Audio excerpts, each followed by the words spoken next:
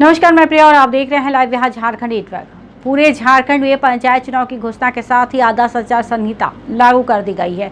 आपको बता दें कि पूरे झारखंड में 4 चरणों में पंचायत चुनाव होने वाले हैं और चुनाव को लेकर नामांकन की प्रक्रिया भी शुरू हो चुकी है।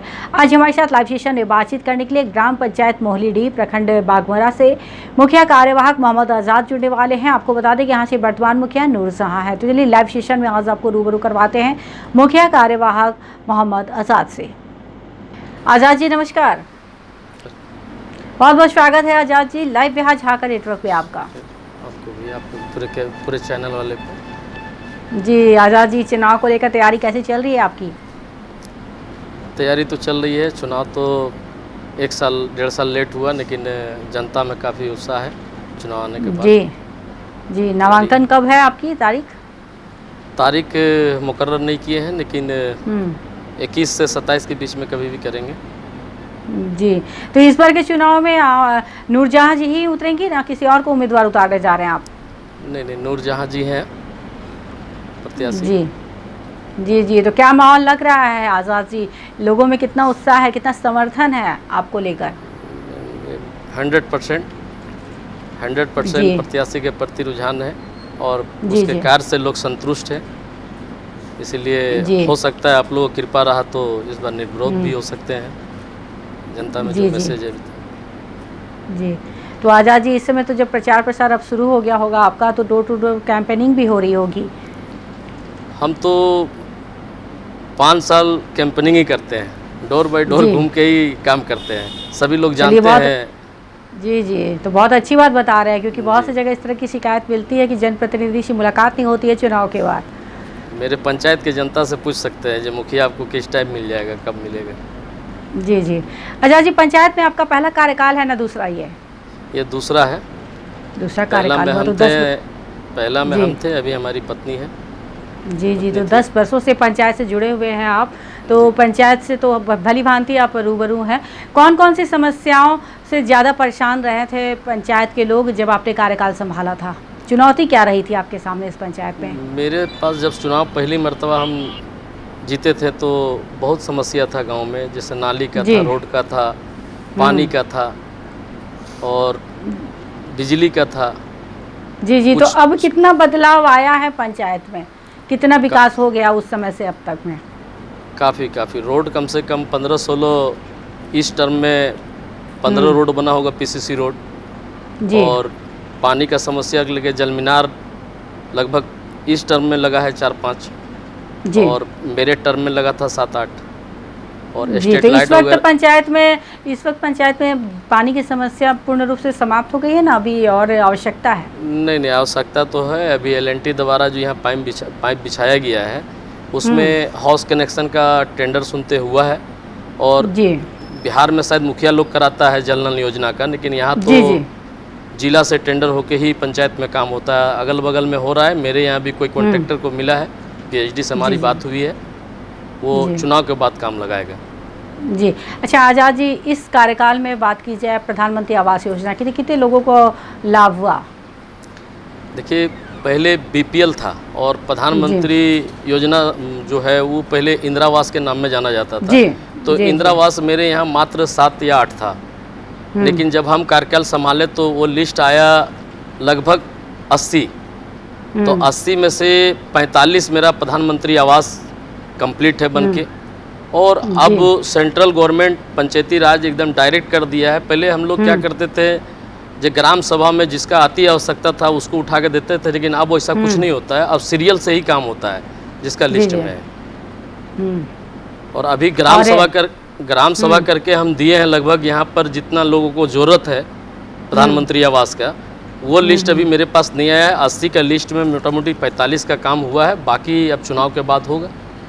जी, और शिक्षा और स्वास्थ्य का क्या माहौल है पंचायत में? उसमें और सुधार की आवश्यकता है ना? सारी चीज़ें सही है? शिक्षा के मामले में हमारे यहाँ एक प्राइवेट स्कूल है जो आज हमारे इस्लामिया हाई स्कूल के नाम में जाने जाते हैं।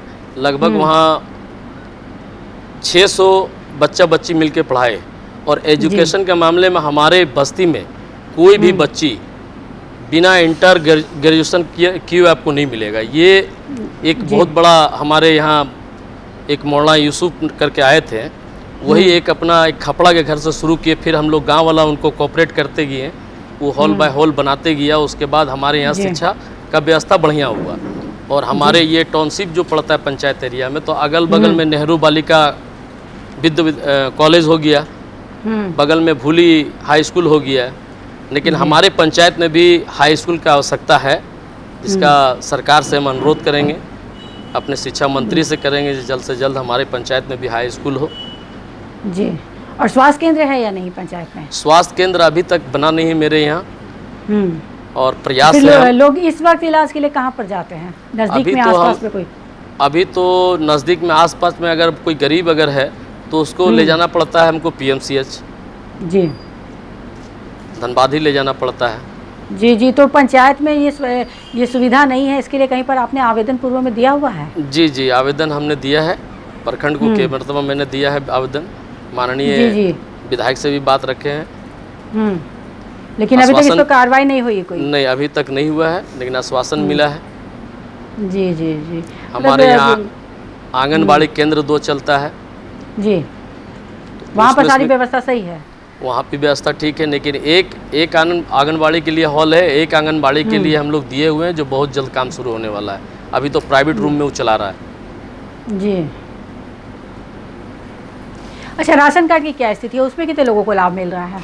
राशन कार्ड में मान के चलिए यहाँ पर 1000+ लोगों को लाभ मिल रहा है जी। जो 72,000 साइज इनका कम है, उनका राशन कार्ड में नाम है जी। और पेंशन योजना की क्या स्थिति है? उसके अंतर्गत कितना लाभ मिल रहा है?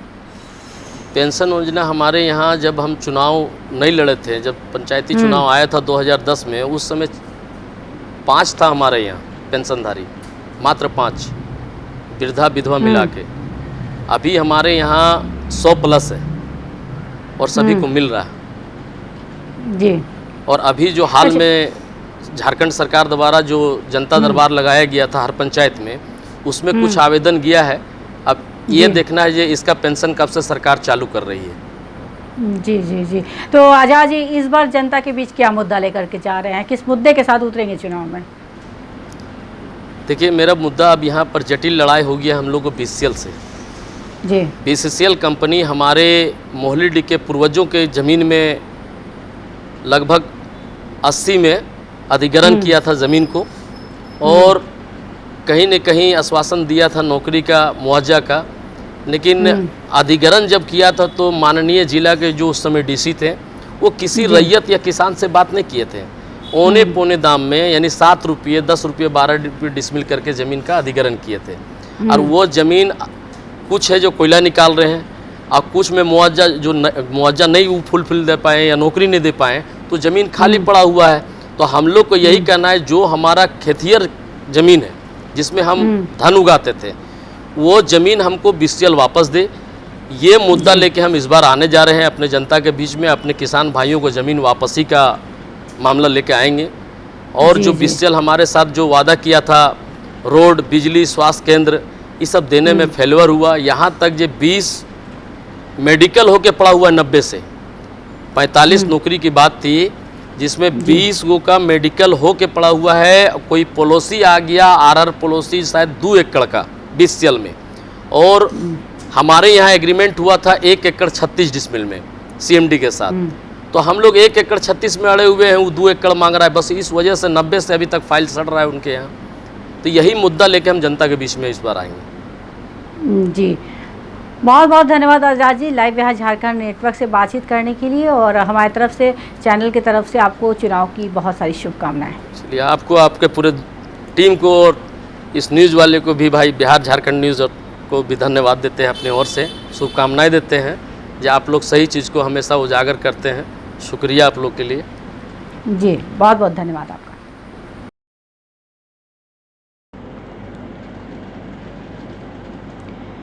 तो ये थे हमारे साथ लाइव बातचीत करने के लिए मुखिया कार्यवाहक मोहम्मद आज़ाद, जिन्होंने बताया कि 10 वर्षों से बतौर जनप्रतिनिधि पंचायत में हैं, पंचायत की समस्याओं का निवारण किया है, हर योजना को धरातल पर उतारने की कोशिश की है। उन्होंने कहा कि पानी की समस्या हो या आवास की समस्या हो या नली गली की समस्या हो, हर समस्या पर मैंने काम किया है और जिस तरीके से मैंने विकास किया है, मुझे पूरी उम्मीद है कि लोग मुझे एक बार फिर अपना जनप्रतिनिधि अवश्य चुनेंगे। इसके साथ ही उन्होंने बताया कि अभी भी पंचायत में स्वास्थ्य केंद्र नहीं है, इसमें सुधार करने की आवश्यकता है। साथ ही उन्होंने सरकार से मांग की कि उनके पंचायत में एक हाई स्कूल की भी स्थापना की जाए। ऐसी तमाम खबरों से अपडेट रहने के लिए आप देखते रहे लाइव विहार झारखंड नेटवर्क।